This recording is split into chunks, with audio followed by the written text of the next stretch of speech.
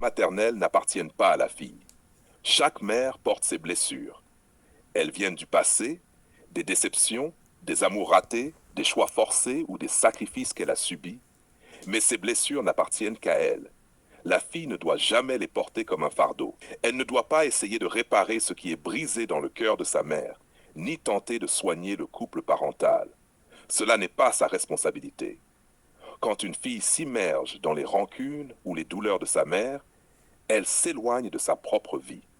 Elle absorbe des colères, des peurs et des rancunes qui ne lui appartiennent pas, et cela façonne son regard sur le monde et sur les hommes.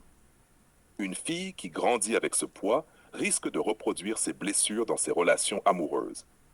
Elle cherchera à réparer ou à compenser au lieu de choisir un partenaire pour ce qu'il est réellement. Prenons l'exemple de Clara. Sa mère avait vécu un mariage douloureux et portait une rancune profonde contre son père. Clara a grandi avec ce ressentiment, et à chaque rencontre avec un homme, elle projetait la colère de sa mère. Résultat, elle rejetait instinctivement ceux qui tentaient de l'aimer, reproduisant le cycle de douleur qu'elle avait observé. À l'inverse, Lena a compris très tôt que les blessures de sa mère appartenaient à sa mère. Elle n'a jamais jugé son père, ni tenté de réparer le passé parental. Elle a choisi ses relations en regardant son propre cœur et non celui de ses parents.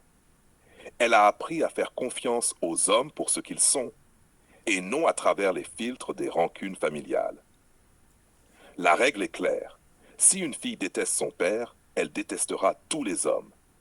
Les jugements sur les hommes, les peurs, les rancunes héritées du foyer parental, lorsqu'ils ne sont pas déconstruits, deviennent des prisons émotionnelles.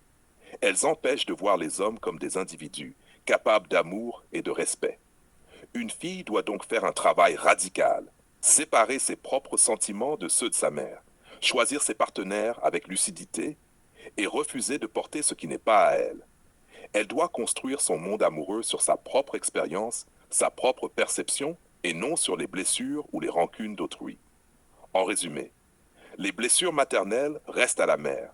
Le couple parental appartient à eux seuls. La fille doit marcher libre, choisir avec son cœur et son esprit et ne jamais laisser les ombres du passé parental obscurcir son chemin amoureux. C'est cette séparation claire qui forge une femme forte, lucide, capable de choisir un mari pour ce qu'il est et non pour ce qu'il représente par rapport à son passé familial. Si tu